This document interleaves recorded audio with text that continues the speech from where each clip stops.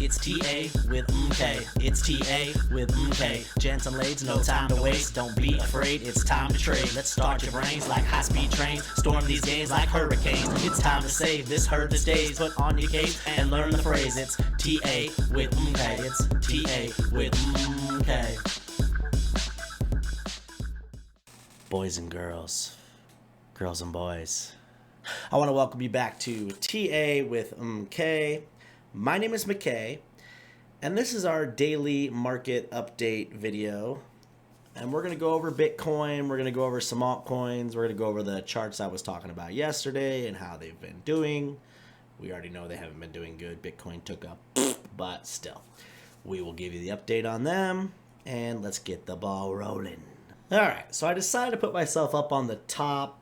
I really don't know what way is the top right, but anyway, I decided to put myself up on the top right today because I rewatched yesterday's video and noticed I was blocking half of the stuff I was showing down here on the right. Yeah, you live and you learn, so let's go. So again, this is the Bitcoin daily chart that I showed yesterday. Just kind of letting you know that on a macro level, we're in an uptrend. We put in a high back last year in April. We confirmed a low at the bottom, in July. We bounced. We put in a new all-time high last year in November around Thanksgiving, and then it looks like we're trying to confirm a higher low, which is good. My yellow box here that I spoke about yesterday, Bitcoin broke down. A lot of that was contributed to the Ukraine news with Russia and Putin and all that crap going on. But from a TA perspective, it is trying to bounce at the bottom of my yellow zone. I'm not ruling out that it could break down and retest between 34 and 35K, but for now it looks like it at least in the short term wants to bounce. So let's move over to a Bitcoin 1 hour chart. All right, now we're here on the 1 hour chart, and if they're giving out awards for explanation skills, they're not giving it to me because I'm going to go over something super quick, and I guarantee I'm going to butcher it. But over here on the right, we have this indicator that I call, well, I don't call it, TradingView calls it the VPVR, which stands for the visible range. It's just an indicator that's more or less showing you volume on the side. It's just areas where price action had more volume, right? So the further it sticks out, the more it's going to act as resistance if it's above, and support if it's below. So I just wanted to point that out in that terrible way that I just did to say that this little node right here, let me grab my paintbrush that's sticking out right here, is going to act as resistance, but we're inside this falling wedge on the 1 hour. What we're looking for is a break outside of this, and then either a higher low than this one down here, or a double bottom. But essentially, the bigger breakout will be when we break this resistance, and then of course flip it to support and take off. So that's kind of what I'm looking for on that. And next up, we got the Bitcoin dominance 1 hour chart.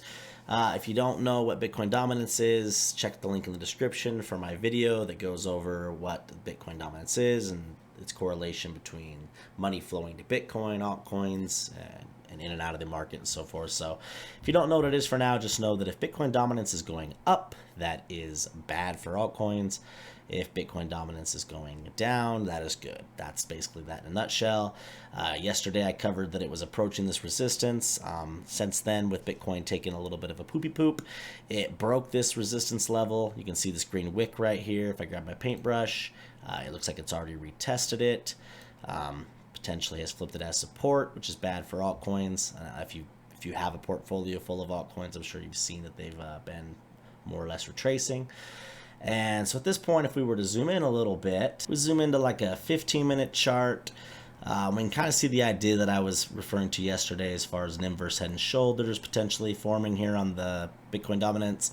It looks like it's trying to come to fruition, which is obviously not good for alts. You have the left shoulder, the head, and the right shoulder. This is basically the neckline, crossed here. And what we don't want to see is we don't want to see this little potential, I guess, bull flag, you could say. We don't want to see this break out, confirm, and go higher, because what that's just going to do is bleed more money out of the altcoins. It doesn't 100% mean it's bad for Bitcoin. Again, you'll need to watch my Bitcoin dominance video to understand that. Bitcoin dominance can go up, and Bitcoin can go up with it. But with the state of the market right now, it's more likely that if Bitcoin dominance is trending higher, that Bitcoin's probably trending lower, and altcoins are just going to hell. With that being said, let's talk about some altcoins. Just kidding. No, I'm actually not kidding. We are going to talk about some altcoins, but not because I'm necessarily saying you should buy any right now, because the market is a little bit uncertain at the moment. But I want to go over the coins I covered yesterday briefly.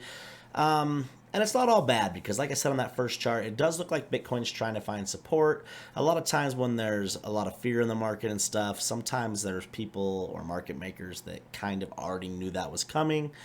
And it's been priced in already. That's a term you'll hear in stocks and especially in crypto, that sometimes the moves to the downside are already priced in before the news comes out. I know that concept probably is a little weird and a little foreign to you, but it is something that happens a lot, and so I'm not discounting the idea that we could see a pretty good sized bounce here soon. But as long as you manage risk, you'll be okay. So this is the glitch chart, GLCH, glitch protocol that I showed yesterday. I had mentioned that it was inside of this little falling wedge, potentially forming an inverse head and shoulders. And I had this support level down here indicated as an aggressive entry at support. It's actually bouncing right now on that perfectly. So that's just kind of where that's at. Next up, we've got EOS or EOS. I don't know if that's actually how you say it, but that's how I say it. But EOS, another coin I covered yesterday that has a lot of news upcoming. It had this trend line it had been in, and it had downtrend, and it broke out of it and retested it twice. Yesterday it was retesting it again at support. It has lost that support, so this isn't a coin that I'm as bullish on right at the moment. However, it is still forming some good structure. I've indicated down here that it's put in a double bottom, so it actually bounced here. It's looking like, if you see this wick, it's really close to having bounced in that same area. So what we'd be looking for now for entry would either be to break back over this trend line, maybe to the top of this, now it'll be resistance, but the top of this zone, retest it and go higher. Your entry could be right there. Or if you just want to be really cautious, the double bottom neckline, if it goes all the way up to here, will be along here. You'd be looking for a break of that and higher. So obviously Bitcoin will be the driver that will determine EOS's success, so to speak, but it does have a lot of news, so I'll keep you guys posted in the coming days. I haven't entered this trade yet, but if I do, I'll let you know. Bam bam diggity pow. Now we've got EGLD, or E-Gold, I believe it's called. This is a chart I showed yesterday as well. I've been pretty bullish on this one, not just because of the news, but I've just always liked this coin. I've been very upfront that I'm not a fundamental guy, but I know people that are big on this coin, and I trust those people. So anytime this coin shows any signs of bullishness, I am partial to it. I pointed out yesterday that price structure in this area looks so similar to what it's in now, where it broke out of a downtrend, had this low, broke out, put in a higher low. Right now it's kind of doing the same thing.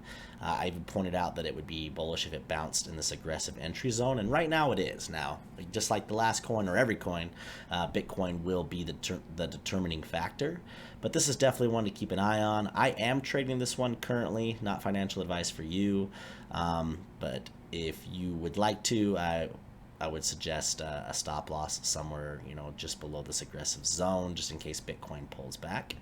Next up, we've got the update on AIOZ from yesterday. This one lost structure. I had pointed out that it had been in this long downtrend. It put in this low. Price action looked almost identical over here. What we would have been hoping for, obviously, was for this to break out of this, and then, of course, out of this yellow trend line, confirm and go higher. For now, it lost that support level, so I would abandon ship on AIOZ for now, and if something changes on that, I will update you in a future video. And then to finish up, I've just got two new coins, or two new charts I wanted to briefly go over. Again, I don't know that it's the best time to buy, but we'll keep an eye on Bitcoin. It is at support, so I mean, in theory, that's the best time to buy. But just with the market uncertainty, we'll kind of see how things go over the course of today when markets open up and stuff like that. But this is MNET, MNET. It's got a trend line here that it's a downtrend it's been in for a while, and it's also inside of a little small falling wedge inside of that. What I've been looking for on this, and why I'm kind of bullish on this chart, is if Bitcoin can bounce, what you're looking at here essentially is a double bottom. at support, which is obviously very bullish. So you could have an aggressive entry now, just with a stop loss just below support. Not financial advice, but what you could also look for is a break of this white trend line. Reconfirm the support and a push higher, or even more bullish, a break of this wedge, a retest and a push higher. So keep an eye on Mnet, and we'll update you tomorrow on how that's going. And last but not least, the most bullish coin in the universe. No, just kidding. This is a meta first play. This would be Shill. It's a gaming coin. I think I pulled up, let's see. Yes. So Shill, Project Seed. The reason why I've been kind of bullish on this one is it has the team. They've worked on games like Call of Duty, Street Fighter, Final Fantasy. You kind of see that list right there. So from a fundamental standpoint, that's bullish. But from a TA point, we've got this long downtrend that it recently broke out of early February. So if you look back here, let's get my paintbrush. You have this whole zone of support. It broke out of this trend line and put in a higher low. Here's the high. After that high and this low, it put in a higher high. And it looks like it's trying to put in a double bottom right here. So what we're looking for is a break of this little small falling wedge. You'd want to enter, not financial advice, but I plan to enter if it can confirm the support and then push higher. So we'll just keep an eye on Shill. And yes, I know it's not all butterflies and roses. We've got a few issues using my phone to record at the moment, and I know the audio gets off a little bit, but I have a new camera coming, a few other things, so stick with me. All I ever ask, if you're willing and you want to support the channel, is that you like and subscribe. This is TA with MK. My name is McKay. This was my daily market update and some of the coins I'm watching, and we'll catch you next time. Like, subscribe, and thank you. It's TA.